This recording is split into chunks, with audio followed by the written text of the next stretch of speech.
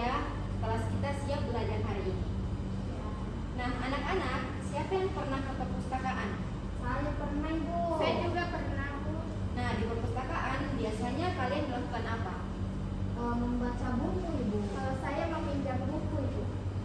Menurut kalian, apakah semua perpustakaan itu sama? Tidak, Ibu. Nah, betul sekali. Ada perpustakaan manual dan ada juga perpustakaan digital. Nah, perpustakaan manual itu kita mencari buku langsung di raknya, menulis peminjaman di buku catatan dan hanya ada kertas dan buku. Sedangkan di perpustakaan digital mencari buku itu lewat komputer atau HP menggunakan sistem barcode dan ada e-book dan video pembelajaran. Menurut kalian mana yang lebih mudah? Kalau menurutku sih perpustakaan digital, Bu. Kenapa? Karena kayaknya lebih cepat. Saya juga, Ibu. Kalau perpustakaan digital itu bisa dipakai di mana saja, Ibu. Nah, jawaban kalian itu sangat luar biasa. Nah, hari ini kita akan belajar tentang perpustakaan digital dan bagaimana cara mengelolanya. Nah, anak-anak, di sini Ibu sudah menyediakan mini mapping. Di sini ada 8 sistem pengelolaan perpustakaan yang kita akan bahas satu-satu. Nah, yang pertama itu ada pada perencanaan strategis. Anak-anak, sebelum perpustakaan itu dibuat, kita harus merencanakan terlebih dahulu. Perencanaan itu seperti kalian ingin membuat kamar impian. Kalian pasti berpikir dulu mau isi apa saja, kan? Ya, Ibu. Nah, di perpustakaan yang direncanakan itu yang pertama ada buku apa yang akan disediakan dan komputer apa dan apakah itu tempatnya sudah nyaman atau tidak. Baik anak-anak, Ibu mau bertanya, kalau kalian jadi petugas perpustakaan, apa yang kalian siapkan?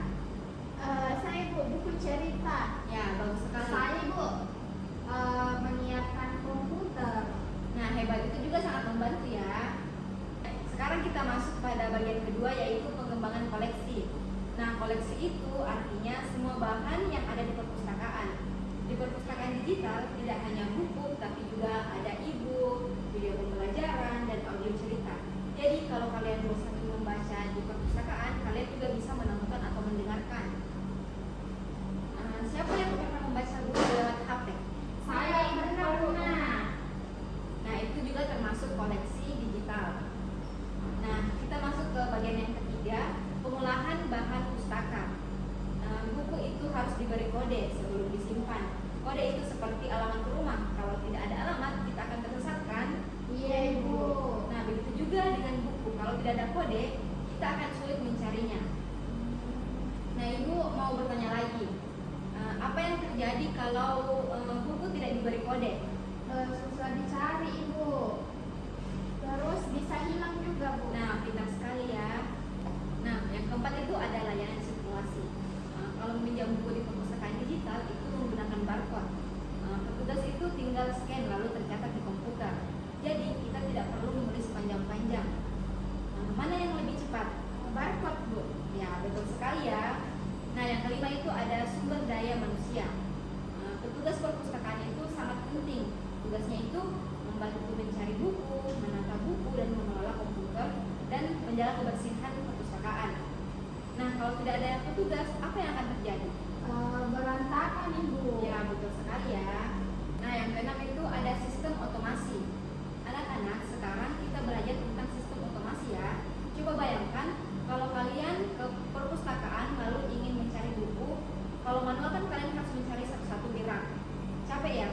Iya, capek, Ibu. Nah, kalau di perpustakaan digital itu kita dibantu oleh komputer. Komputer itu seperti asisten pintar yang membantu kita.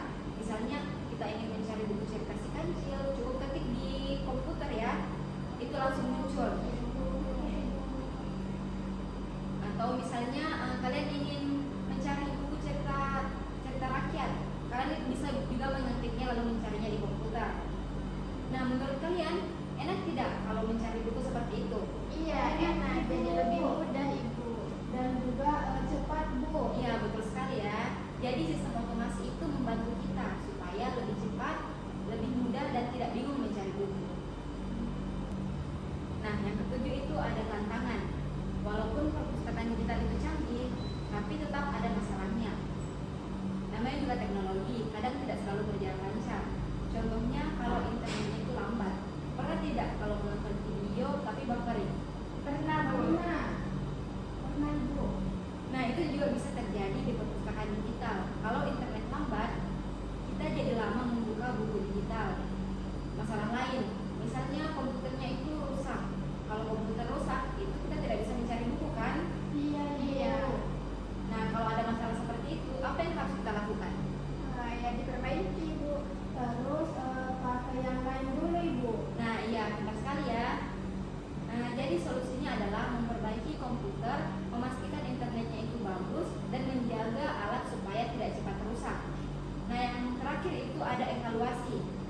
sekarang kita belajar tentang evaluasi. Evaluasi itu artinya mengecek dan melihat apakah semua sudah baik atau belum. Misalnya, ibu punya taman. Kalau tamannya layu, berarti ibu harus memperbaikinya kan? Iya ibu. Nah, perpustakaan juga begitu. Kita harus terus mengecek supaya tetap rapi dan bagus. Misalnya ada buku yang rusak, diperbaiki, atau komputer yang lambat, diperbaiki, dan koran yang kotor itu dibersihkan. Kalau kalian jadi pengelola perpustakaan, apa yang ingin kalian perbaiki? Bukunya diperbanyak ibu. Terus komputernya juga ditambah ibu. Wah, ide kalian itu hebat sekali ya. Tepuk tangan dulu. Nah, baik anak-anak, kita sudah belajar banyak hari ini. Sekarang kita ulang sedikit ya supaya tidak lupa. Oke ibu. Perpustakaan digital itu adalah perpustakaan yang menggunakan teknologi seperti komputer dan internet. Di dalamnya ada perencanaan, itu merencanakan apa saja yang dibutuhkan. Lalu yang kedua itu ada koleksi seperti koleksi buku, video, dan audio. Yang ketiga itu ada pengolahan seperti memberi kode pada buku, dan yang keempat itu ada layanan atau meminjam dengan sistem barcode, dan yang kelima itu ada petugas yang dapat membantu kita. Dan yang keenam itu ada sistem otomasi, itu komputer yang memudahkan kita. Yang ketujuh itu ada tantangannya, masalah yang sering terjadi. Dan yang kedelapan itu ada evaluasi atau mengecek dan memperbaikinya. Sekarang ibu mau tanya, apa yang paling kalian sukai dari perpustakaan digital? Saya ibu. Ya. Saya suka ibu. Ya, bagus sekali. Kalau saya kalian. suka main komputernya ibu. Jawaban kalian sudah sangat bagus ya. Dan kalian sudah banyak belajar hari ini. Nah, sekarang ada tugas seru untuk kalian. Wah, apa itu bu? Nah, tugas kalian itu kalian diminta menggambar perpustakaan digital impian kalian. Gambarkan apa saja di dalamnya, apa ada komputer atau tidak, dan apa yang kalian suka. Silakan dibuat dengan rapi dan berwarna ya. Oke baik ibu. Ibu yakin hasil gambar kalian itu pasti bagus. Pasti dong. Sebelum kita pulang, mari kita berdoa terlebih dahulu. Berdoa dimulai. Berdoa selesai. Terima kasih atas